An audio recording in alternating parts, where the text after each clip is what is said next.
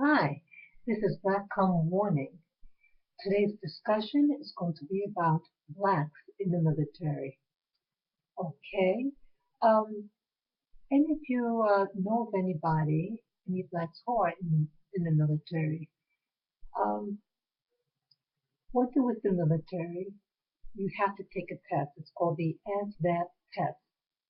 This test is like an IQ test, and based on this test, um, you it determines what type of field in the military you can go into. As you know, there's the Army, Navy, Air Force, Marines, Coast Guard, and any of these branches of the military, you want to score high. One thing with blacks in the military that because the education system in our communities are not the same as in other communities, um, we tend to score lower on the ASVAB. But you have some blacks, no matter what environment they go to excel. And I praise those people who are very, very good scholastically. So one thing with the military, um, you need to score well on the ASVAB test, and they do have books in the library that you can study from and to help to improve your test scores so that based on your grades, your test scores, you could there may be some jobs that are very desirable that you can apply for. Okay, and but if you don't do well on the ASVAB test, and if you're not smart enough for any school, you at least in the Navy, you go in as what they call a boatswain's mate. That is the bottom level of any job in the Navy. What you're doing is really chipping paint off the ship. But you can learn other skills. And if you're good, if they like you, you can go in. I mean, they train you for other stuff. But my concern for this channel regarding blacks in the military is discrimination, not being able to get into a particular field in the military. And so uh, you find that in the military, um, certain groups seem to be concentrated in one particular field. But those uh, who do well on the test scores, they get in the field, and they might be the only black or person of color in their field. And so the person might be target of bias attacks or not being treated well. And then when it comes down to advancement, they might block you from getting into for advancement. They may not want to sign your paperwork, or they may not want to um, what they call, like in the military, you need them to sign off things, and for them to sign off, they have to, it's like an interview, and they have to go over certain materials with you, and they may not be willing to do this. You also have stress. If you're the only one, and if you're a smart black person, you find some whites are very they don't like you and they want to try to make your life uncomfortable. They want you out and they want to do or say anything that will make you want to leave. Uh, so I'm concerned about this for blacks who are going in, especially in the Air Force. I think the least number of blacks are in the Air Force. And I knew this one black female. She was actually an officer. She was a what do you call it, a smart, intelligent black woman, and she had a mental breakdown. There's a lot of mental stress that happens to blacks in the military, and in the Air Force, this is one of them. Um, she she just lost it, and I was concerned that there are a lot of blacks that are in mental hospitals. Even though we don't make up the largest ethnic group, racial group in the military, but proportionate, Black people tend to be overrepresented in these mental institutions in the military. And I ask myself, why is this? Why is that? We only make up a small percent in the whole country, and then military-wise, so many of these Blacks are facing mental health issues. So this is something to be aware of if you have a relative that is contemplating entering the military. Okay, especially branches in the military that don't have a lot of blacks, and that's the Air Force in particular. Many blacks seem to go into the Army and the Marines. Okay, your numbers are very high here in those branches, but it's it's the first line of defense. And you ask yourself, you go into a war situation, and you're the one that gets the bullet first. You're investing so much of your life in this, and you wonder what is the payback for you. And if it's just to get you know, for them to get the GI Bill or something, you ask yourself, is this really worth it? So that's a concern that I have. Um, I did mention about the mental health, but there's also physical health. I was in the military, and one thing that I noticed is that there were incidents of cancers, and these were with two Black women in particular, and these are young women, in their 20s, and they look very healthy, and one of them worked in the laundry room, and the other one I can't remember. But these were otherwise healthy women. They were slim, and and the one had breast cancer, and the one actually died of cancer. I don't remember what type of cancer she had. Um, but it made me uncomfortable. I started wondering what's going on.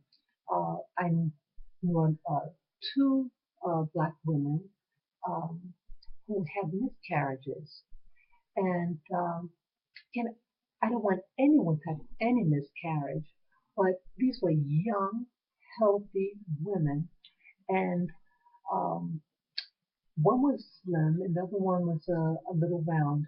And oh, this is just my little dog here. If you wonder what that furry thing was, but I was concerned that they had miscarriages. I don't know any other race or ethnic group that had miscarriages. So this was like another red flag to me to be aware of. And I'm wondering what caused this. One thing with, when you work in the laundry room, you have a lot of chemicals. And in the military, you do have a lot of chemicals. And you're there 24/7. You're there at all these hours. And so you're constantly um, bombarded by these toxins. And I'm wondering whether this actually caused their getting sick and death. Okay? So I think this is another important thing that Blacks who go into the military are at risk for certain cancers. So my suggestion is, if you want to go in, find out about the chemical hazards that might be in your line of work.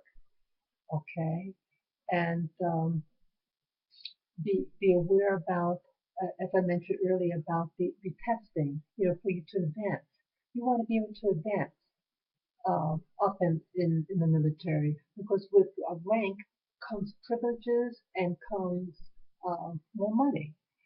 And you have to be aware that um, certain divisions, they do not want any black, and and many of them don't even like women in there, regardless of race. And I went into the military a little over 25 years ago. So I mean, things have changed. Like when I was in, you couldn't have any cornrows in your hair. And I talk about the spaghetti braids. It could just be like one plait down the middle or one on each side. That wasn't allowed. You had to wear your hair out in the natural, and they have, you have to have your hat, but the hat's not made for our type of hair. So you put on the hat after you wash your hair, and you're not allowed bobby pins or anything like that in boot camp. So what you see is what you get after you wash it. It's just one big bush. And so um, this could be concerning, and you have to have the haircut. You have to be above the bottom portion of your collar. When I went in, I wore my natural hair, and I wore it very, very short. It was maybe just an inch high. So I really didn't have that much problem compared to other women, black women whose hair was longer, and even a tighter curl. It's a problem when you have to put a hat on. But I understand now that uh, women may be able to wear some braids. Again, I do not know. I really have to research that, what it's like now. I'm just indicating what it was like when I went in about 25 years ago. Okay. Also, warnings about the hospital care. Okay. I know a woman who just went in, the woman that had the miscarriage. She was experiencing severe cramps. This is on a ship, and she called for help. She called the it's like the hospital on the ship, for someone to get her. She's experiencing bad pain, abdominal pain. They said, well, if you're strong enough to stand up on the phone, to talk to someone on the phone, then you could just get here by yourself. After she couldn't, and when she collapsed, she almost bled to death, and it was just blood everywhere. She was having a miscarriage, and they did eventually get her when her shipmates saw her bleeding profusely. They called the um, medical people to get her. However, um, they they they did send her to the hospital off the ship, but they did nothing regarding checking out her uterus. In fact, they said that they took something out of her body, some organ out of her body, um, and it had nothing to do with her having a miscarriage. So I'm wondering what is going on? Young women and miscarriages, and then not to be treated, or her uterus to be scraping clean from this afterbirth. It's insane. And other things, like a woman who she had to get a needle in her arm, and that the she was a skinny girl, but the needle went through her on the other side. It's awful. And then another black woman who was in the military for many years, and she got in a coma. She was having the baby, and something happened. She's in a coma. you know. And this was a healthy woman, and I don't think it was her first child, but all these weird things that seem to be happening to the reproductive health of black people, black women in the military. Uh, so this is my concern, and I, I really want to let families know what it's like in the military, and that many of us feel like the military is our only option. But I want you to know these things I have experienced. People have told me who I was in the military with, and you have to be careful. Racism does exist, and um, how they try to bar you from taking exams so you can advance. There is harassment. There is sexual harassment that also occurs in the military. And that women who reported harassment, nothing was done. One particular woman, she reported an incident, and this person was known of by the military police. He was known for sneaking into the woman's bathroom and exposing his genitalia and stealing hubcaps from his shipmates or face. And this person was allowed, to just do their thing aboard the ship in the military, and no repercussions, no punishment.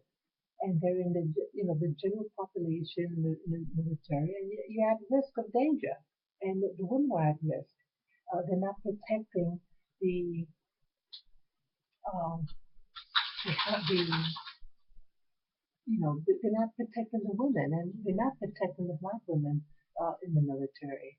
The black women are being raped in the military, and again, the mental health facilities, they don't really have black mental health providers, psychiatrists or psychologists in the military.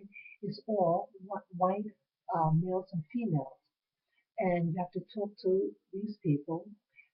They may not be culturally sensitive, and you may not feel comfortable in talking to them about the issues that happen to you. So here we're overrepresented in the military, yet um, we're also being overly represented with regard to mental health issues and miscarriages and the like aboard the military. So again, um, you know, really do your homework regarding your choices of entering any of the military branches. And again, if you want to go in, make sure you go in with a good school, because based on your ASVAB test, you're going to be given a selection of schools available. And don't feel pressure that you have to make a choice then on the spot. Wait until the job of your choice comes available, and um, then sign up. Okay. So again, your questions and comments are welcome. So enjoy.